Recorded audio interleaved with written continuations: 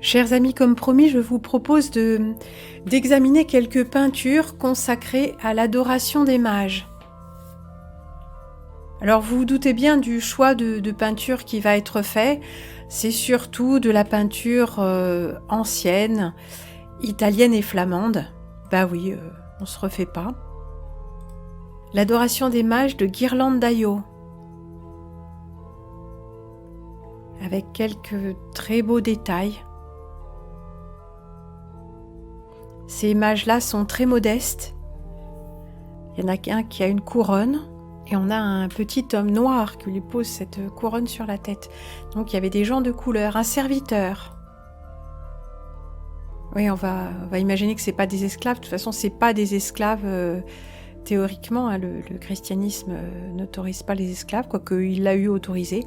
Regardez s'il vous plaît le détail de l'emperlage de ce vêtement magnifique.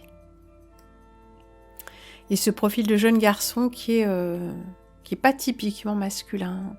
Ah oui, avec un peu de transvestigation.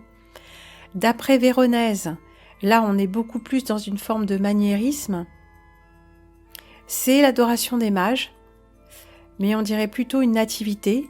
Regardez s'il vous plaît cette volaille, ce bœuf et ces gens. Joseph est en jaune, Marie est en rose. Très blonde, très Marie des Flandres. Ah, Barnabé de Modène, l'adoration des bergers. Oui, parce qu'on peut avoir trois choses qui se recoupent un peu. Une nativité, une adoration des bergers et une adoration des mages. L'adoration des bergers, c'est quasiment tout de suite. Et les mages vont arriver après. Là, on a un délicieux petit bœuf et âne. Et admirez, s'il vous plaît, le drapé du manteau de la Vierge. Très beau. Bartolo di Freddi, nativité et adoration des bergers, là aussi. Regardez la façon dont les montagnes sont stylisées, c'est absolument magnifique. Et la façon dont l'étoile se projette jusque sur l'enfant. J'ai vu l'esprit descendre sur lui comme une colombe, une étoile qui devient une espèce de petite colombe stylisée d'esprit. On dirait même qu'il y a un petit visage, hein, comme un chérubin, un ange. Puis ces délicieux petits bestiaux, là, un peu partout. Les chèvres, les moutons, je ne sais quoi. Oui, c'est les chèvres des bergers. Et puis, le bœuf et l'âne, cet adorable petit chien de berger. Et bien sûr, les postures des mains. Les mains croisées, la Vierge en noir, à l'insigne du commandement. Et toutes ces choses. Et le petit Jésus, enveloppé comme une momie, très curieux, dans un sarcophage, hein, véritablement, avec son auréole d'or, enfin tout ça est quand même très étonnant, avec ces petits poils d'or là qui figurent un rayonnement. Très, très étonnant toujours. Et notez aussi, s'il vous plaît, la géométrie et 3 dimensions impossibles du mur, de l'intérieur, de la caverne. Ah non, elle n'est pas impossible, elle est étrange. Ah, vraiment, c'est somptueux. Un détail de Benozzo di Lese et di Sandro Gozzoli. Un ange qui nourrit un paon. Et c'est un tableau qui représente le voyage des mages. Un autre détail, magnifique. Alors là, on dirait qu'on a quelque chose qui ressemblerait presque à une mésange noire, mais sauf que les proportions sont pas bonnes. Le bec est trop long et tout le corps est allongé. Donc peut-être que c'est un autre oiseau, parce que les autres oiseaux sont très bien représentés. On a ici un petit chardonneret. Et puis là, je ne sais pas, on dirait un petit moineau dans les gris bleus ou une mésange bleue, mais là encore, la proportion ne serait pas bonne. Et puis un petit pinsson adorable et toutes ces plantes stylisées sur une petite rocaille stylisée autour de cette mare. Elle aussi un peu stylisée. On dirait un gel avec le dos rouge là. Peut-être que les oiseaux ne sont pas tout à fait exacts. Ça pourrait être une petite huppe, mais vraiment, bon, un petit peu stylisée. Mais c'est vraiment magnifique, superbe. Les herbes, pour le coup, ne sont pas reconnaissables. Mais bon, c'est peut-être une flore italienne que nous ne connaissons pas. Alors voilà un autre détail. Jean VII, paléologue, empereur romain d'Orient, représenté comme étant l'un des 3 rois mages. Laurent de Médicis étant un autre des 3 rois mages. Et voici le tableau. C'est assez foisonnant et très stylisé au niveau des montagnes. Ah bah ça nous fait réfléchir maintenant qu'on a vu des montagnes dans tous les sens. Mais ça, c'est pas de la peinture tout à fait descriptive. C'est ça qu'il faut garder aussi présent à l'esprit. Benvenuto di Giovanni, l'adoration des mages. Très très beau rendu de ces magnifiques tissus damassés et brochés. Alors qu'est-ce que c'est que l'épiphanie? Qu'est-ce que ça veut dire épiphanie? Alors épiphanie, moi je pensais que ça voulait dire couronnement, enfin étymologiquement ça pourrait vouloir dire couronnement, enfin un grand couronnement, je ne sais pas exactement, mais en tout cas on parle souvent d'une épiphanie, je ne savais pas ce que ça voulait dire, didactique ou littéraire, une épiphanie non propre, manifestation d'une réalité cachée. Et le nom liturgique, enfin le plus commun, Épiphanie, fête catholique qui commémore la manifestation de Jésus enfant au roi mage venu l'adorer. Alors emprunt du latin ecclésiastique au grec ancien et épiphanéia qui signifie manifestation ou apparition. Une très belle mosaïque, bon relativement récente je suppose, hein, très certainement 19e. Là la Vierge est en bleu. On a les différents codes des 3 rois, avec leurs différentes couronnes, turbans et leurs différentes origines ethniques. Davide et Domenico Ghirlandaio, l'adoration des mages. Bras croisés, agenouillés et découverts de leurs couronnes et attributs de pouvoir. En signe de respect, regardez derrière le fond, un très joli petit port. Ghirlandaio toujours, l'adoration des bergers. Nous n'avons pas les rois mages. Les rois mages sont derrière là-bas, ils sont en route. Regardez l'œil adorable de ce petit bœuf. Et le manteau jaune de Joseph. La Vierge étant habillée de rouge, vêtue d'un manteau noir et une mantille d'une transparence extraordinaire. Regardez le caractère des visages, à l'effigie vraisemblablement de personnages réels. Ces hommes sont magnifiques et très typés.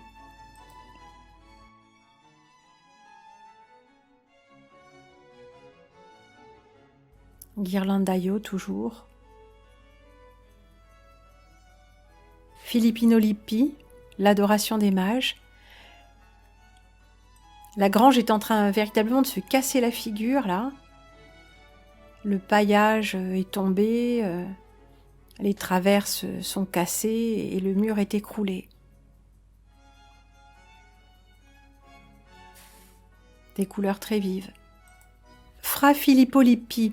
Alors moi je me souvenais qu'on disait Fra Lippo Lippi. Mais en fait c'est lui. Fra Filippo Lippi. l'adoration dans la forêt. Là, il est dans la forêt et nous avons regardé en haut qui est-ce. Ça, c'est assez fou, hein, c'est Dieu le Père. C'est pas Jésus, c'est Dieu le Père qui envoie l'Esprit comme une colombe. Nous avons le Père, le Fils et l'Esprit Saint. C'est quand même osé comme représentation. Là, nous avons un maître flamand, franco-flamand. Regardez ça, très très joli, avec aussi un petit serviteur noir. Alors le fond ne représente pas un ciel rouge. Le fond est un fond stylisé comme le sol. Il n'y a pas de décor. Ce n'est pas un décor figuratif. C'est un petit peu comme si on avait un fond vert. Maintenant, ils mettent tous des fonds verts avec des trucs derrière, une bibliothèque quand ils veulent se donner l'air un télo ou un bureau qui donne sur, je sais pas, un bureau avec des trucs de verre là. Qui donne sur New York. Enfin, donc ça, c'est un fond vert. C'est un fond rouge qui vaut pour un fond vert. Et regardez l'étoile à 6 branches, ce n'est pas le sceau de Salomon. C'est une étoile à 6 branches qui nous évoque une étoile à 5. Et on verra toutes sortes d'étoiles, en fait. Toutes sortes de formes d'étoiles. École française, adoration des bergers, école de Champagne, les musettes, la cornemuse, adoration des mages, école française, cette même étoile. Là, c'est stylisé, c'est une enluminure. Ici, c'est un vitrail. Regardez, on dirait que les 3 rois mages sont sur le même cheval, mais non. L'un cache les autres, c'est osé, c'est très joli. Et on a comme ça, comme un personnage à 3 têtes, un cheval à peine double. Donc 3 rois mages et à peine plus de 2 chevaux. Enfin, à peine plus d'un finalement. La 2 chevaux des 3 mages, ouais. Gentile da Fabriano, adoration des mages. Et ça, c'est le panneau central, enfin je ne sais plus. Ça représente la fuite en Égypte. Voici Gentile da Fabriano, c'est ce qu'on m'avait envoyé. Cette très belle adoration des mages, absolument foisonnante. Ici, l'étoile est comme un soleil, l'étoile qui guide les rois mages. Gerrit van Honthorst, adoration du bébé, 1620. Regardez s'il vous plaît cette lumière qui émane du petit enfant. Très très adorable, beaucoup de joie et de recueillement. Et ces postures rituelles et je ne sais pas, ésotériques des mains, dont nous avons déjà parlé. Ah là là, Giotto, mon préféré à la chapelle des Scrovegni. Regardez au-dessus l'étoile, c'est quasiment une étoile filante. Et il me semblait, on ne voit pas assez bien, mais il me semblait qu'il y avait un visage là-dedans. Mais en fait, peut-être pas, c'est dû à la mauvaise reproduction et aux détériorations du support. Regardez, ils sont tous un peu en blanc. Il y a très peu de couleurs, comme si ça n'avait pas été peint. Alors je ne sais pas si c'est dû à la restauration, si c'est les couleurs sont parties. Enfin. Les mages, bon ça c'est beaucoup plus tardif. Attendez, à moins que ce soit... Ah non, 1605. Ah peut-être que c'est 1605, je croyais que c'était des symbolistes du 19e. Ça m'étonne un peu. Non, 705, ça m'étonnerait. Non, c'est pas... Non, effectivement. C'est pas la date, je me suis trompée. C'est effectivement certainement du 19e. Et regardez, s'il vous plaît, ces petites clémentines corses attachées au montant. Heinrich Vogeler, les 3 rois mages. Ça, c'est plus récent, bien sûr. Alors, je n'en vois pas 3, moi, mais... je sais pas, peut-être que c'est pas toute l'image. C'est joli, hein, c'est... Ça, c'est 19e siècle. C'est très léché, c'est très propre, avec de la peinture par-dessus les... Enfin, c'est même plus de la grisaille, c'est la peinture en couleur sur le verre. Alors lui à droite, il nous fait vraiment penser à un personnage de jeu de cartes. Jérôme Bosch, adoration des bergers. Alors ça, je pense que malheureusement, c'est un détail. On voit même les poils sur le menton de cet adorable bœuf. Et une très jolie corneille au fond. Et ce Joseph qui a une attitude de franc-maçon là, avec sa main dans son habit. Ici, Hugo van der Goes, Adoration des bergers. Les mages ne sont pas encore arrivés. Raume Ferrer, La Nativité, 1457, huile, gouache et or sur panneau de bois. Tout ça. Alors regardez bien, le manteau de Marie est orné de M, c'est très joli. Il y a vraiment ces étranges auréoles. Et regardez les détails architecturaux. Ce mur de pierre massive, de granit gris, pas totalement terminé, enfin qui est devant la grange, qui nous permet de voir l'intérieur de la grange. Et ces deux animaux un petit peu accablés quand même. La couverture de chaume est en bon état, ainsi que l'ensemble de cette grange toute simple. Oui, ça tiendrait pas forcément, des trucs comme ça, ou alors ils ont piqué en terre, enfin, je sais pas. Et là, regardez, l'enfant Jésus, il est au milieu d'un petit plessage, comme un parc. Et devant, il y a des parpaings, il y a des... Oui, il y a de ces pierres. Le mur n'est pas terminé, hein, parce que là, il n'est pas ruiné, hein, il est en train d'être construit, on dirait. Jos van Cleve, Adoration des mages. Alors là, on en a un qui vient d'Arabie, avec son turban, là. L'autre est noir comme les 7 péchés capitaux, mais il est habillé tout à fait à l'occidental, très richement vêtu. C'est d'ailleurs le plus richement vêtu des 3, ou presque. Et l'occidental est le plus simplement vêtu. Luca di Tom, l'Adoration des mages. Luca Signorelli. Unité de costumes pour ces rois mages vêtus de Damas. Adorable petit bœuf et âne. Et puis dans ces lointains, toujours le reste de la procession qui suit, avec les serviteurs. Pierre Bruegel le Jeune, l'arrivée des rois mages. Regardez si c'est pas joli. Ah, ils ont des trucs sur les yeux, on dirait ces pauvres ânes là. Et puis ils sont chargés de choses. Pietro da Rimini, la Nativité et autres épisodes de l'enfance du Christ. Oui, c'est la Nativité, mais il y a déjà les rois mages et il y a... c'est pas le baptême vraiment, hein, qu'est-ce que c'est? On le met dans un bain, mais le baptême sera bien sûr bien plus tard. On a les bergers, l'adoration des bergers dans le fond, et on a les 3 rois mages qui sont en route. Sandro Botticelli, l'adoration des mages. Dans cette fameuse grange ruinée qui n'a que 2 pans. Vous voyez quand même la persistance des détails. Et derrière, on a aussi un péristyle là-bas qui est en train de s'écrouler. Cette grange superbe, mais très abîmée. Et on a cette colombe esprit à l'aplomb du Christ. Et un pan sur la droite, sur le pan de mur écoulé.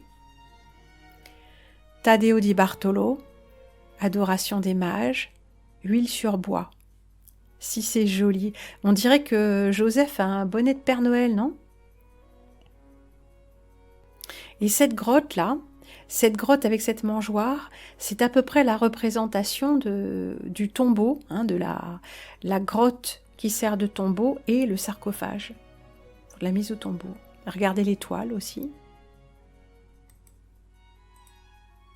Alors ça, c'était l'adoration des mages, et voici l'adoration des bergers. Donc ça, c'est un peu avant l'arrivée des mages.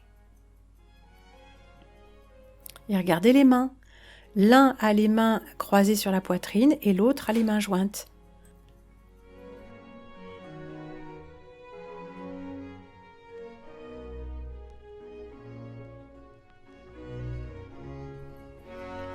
Bon, plus tardif, hein, on dirait Hubert Robert, hein, presque. Hein. en plus naïf. Regardez comment ils sont habillés, on dirait des Babyloniens, je ne sais pas. Maître Rénan, adoration des mages. Regardez ces accessoires, il y a un petit brasero, il y a un soufflet. Ils ont des cannes pour marcher, ces rois, parce qu'ils viennent de loin. Et on a ce plessage, là, sur la gauche, qui ferme l'entrée de l'étable, où il y a nos petits animaux. Et les trous en forme d'écu dans le toit, et ben en fait, ce sont des endroits où le chaume a été détruit pour marquer la ruine de la chose, quoi. Et derrière, ce n'est pas un ciel, c'est une espèce de feuillage sur fond de bois, je ne sais pas. Très beau, vraiment très beau. Alors avec cette persistance de l'étoile, de cette trinité des rois mages, de ces postures des mains, toujours le Christ qui bénit de 2 doigts, le Christ bébé, ces 3 vieux hommes qui viennent embrasser les pieds bandés du bébé. Moi, ça me rappelle quand même des scènes assez sordides où le Moël suce le sang du pénis de ce petit bébé. Ça, je vous rappelle que c'est pas vieux, ça a moins d'1 semaine. Hein. Au 1er janvier, c'était déjà le 8e jour pour notre bébé enfant Jésus. Et tout ça, c'est pas vieux. Donc tous ces vieux hommes, souvent ils sont vieux, hein, ces rois mages, venus adorer, qu'adorent-ils et cette étoile qui les guide, quelle étoile? L'étoile du matin, l'étoile qui a chuté, hein, l'étoile, Dieu s'est fait homme dans la chair, mais c'est quand même le parallèle du plus beau des anges qui a chuté sur la terre. Alors évidemment, il y a cette histoire de Noël, l'épiphanie c'est le 13e jour après Noël, on a le 8e jour, on a le 13e jour. Alors 13 c'est quand même le chiffre dissonant dans ce plan. Hein. Donc qu'est-ce qu'on nous dit? Et cette étoile, est-ce que c'est l'étoile luciférienne, celle qui a guidé cette trinité terrestre vers l'astre solaire descendu dans la matière? Alors je suis pas en train de dire, enfin je le dis aussi, mais je suis pas en train de dire que pour moi Jésus est un avatar de Lucifer, non, mais dans ce plan, il ne peut malheureusement en être autrement. On a vu ça.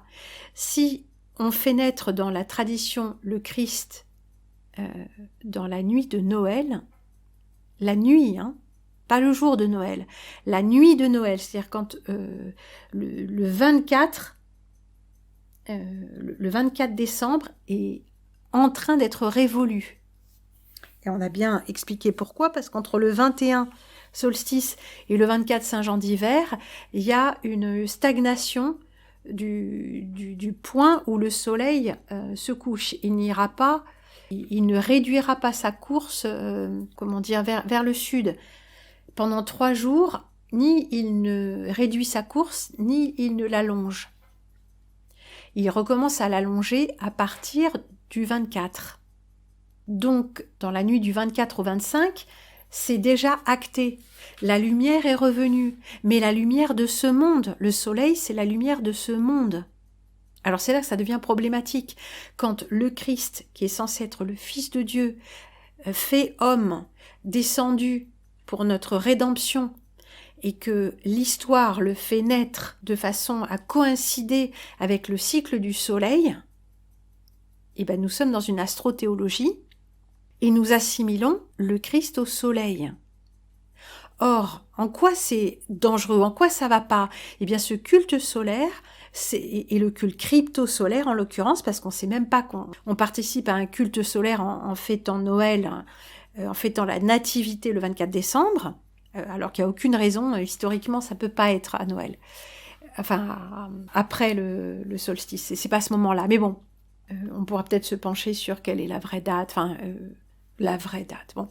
En participant à ce culte solaire, on participe au culte de sang, qui est le culte répandu sur toute la terre, la fameuse religion sans nom, qui a tous les avatars que l'on peut imaginer, avec Isis et son bébé et autres déesses partout en Inde, en Mésopotamie, à peu près partout. On a ce même personnage de la Vierge, tout le temps. Donc en fait, la Vierge n'est pas un personnage de la tradition catholique, il existe bien avant.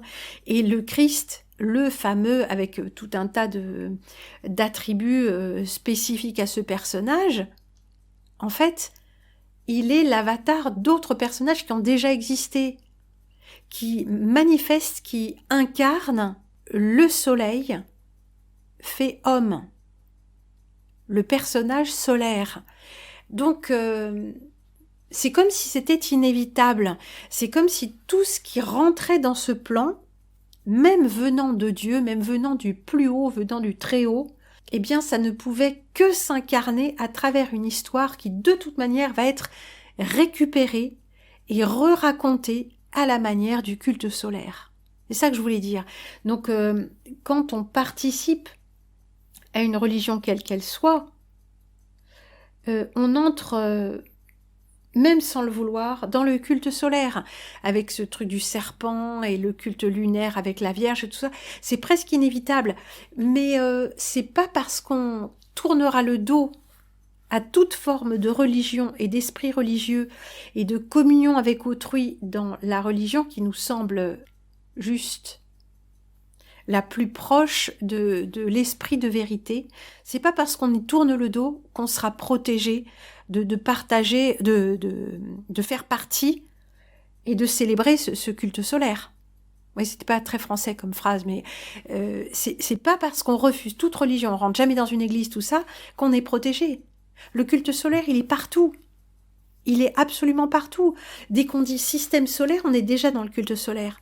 Et de toute façon, en utilisant l'argent, en consommant, on participe à ce culte solaire qui a de nombreuses manifestations, plus ou moins détournées. Il n'y a pas que la messe qui est un rituel détourné et même créé par le malin. Tous les autres aussi. Le fait de se rendre au supermarché pour acheter sa nourriture et des emballages sur lesquels il y a le signe et le sceau du malin partout, c'est aussi une façon de participer au grand culte solaire. Donc moi, je préfère participer au culte solaire et au culte satanique, puisque de toute façon, on est pris dedans. Et quoi qu'on fasse, une chose et son contraire, on sera pris dedans parce que tout dans ce plan est récupéré.